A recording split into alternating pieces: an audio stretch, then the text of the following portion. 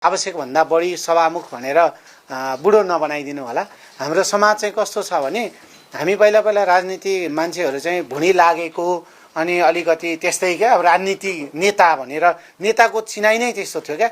अलि त्यो कोट पनि त्यो हाफ कोट के स्टक कोट जस्तो होइन, वाइस कोट हजुरले लगाएको जस्तो त्यस्तो लाउने होइन, अनि त्यसपछि पेट ठुल्ठुलो गर्ने, अनि हिँडाइ पनि त्यस्तै होइन, अनि जुत्ता छ भने खोलेर राखेर चप्पल लाएर हिँड्ने होइन, त्यस्तो होइन। हामी चाहिँ चप्पल लाउने हरेकलाई जुत्ता लाउने बनाउनुपर्छ, साइकल चढ्ने हरेकलाई मोटरसाइकल र गाडी चढ्ने बनाउनुपर्छ, देश धनी बनाउनुपर्छ, जनताहरूलाई धनी बनाउनुपर्छ, त जनताको हरेक जनताको अनुहारमा खुसी ल्याउनुपर्छ। मैले भन्ने गरेको चाहिँ गिटी कुट्नेले पनि मेरो सरकार छ नि साथी, थाहा छ तँलाई यो पटक त अहिले त भनेर गफ गरोस्। विनोद चौधरीले नि त्यही गफ गर्नुहोस्। बिरामी भएर अस्पताल गएको बिरामीहरूले नि हामी त यसपटक आउने बित्तिकै कसैलाई फोन नगरिकन बेड पायो नि भनेर चाहिँ कुरा गरोस्। यो अस्पतालले कति राम्रो सेवा दियो हामीलाई भनियोस्। स्कुलमा जाँदाखेरि चाहिँ मलाई अनुभव छ, कुनै बेला बाबुराम भट्टराई चाहिँ प्रधानमन्त्री हुँदै गर्दाखेरि उहाँको भाइ पनि हुनुहुन्छ होइन, एकजना सायद भाइ जस्तो लाग्छ।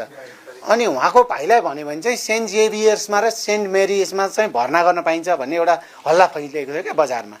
भनेको अब त्यो समाजबाट चाहिँ हामी टाढा जानुपर्ने अवस्थामा अब हामी पुग्नुपर्छ भन्ने लाग्छ।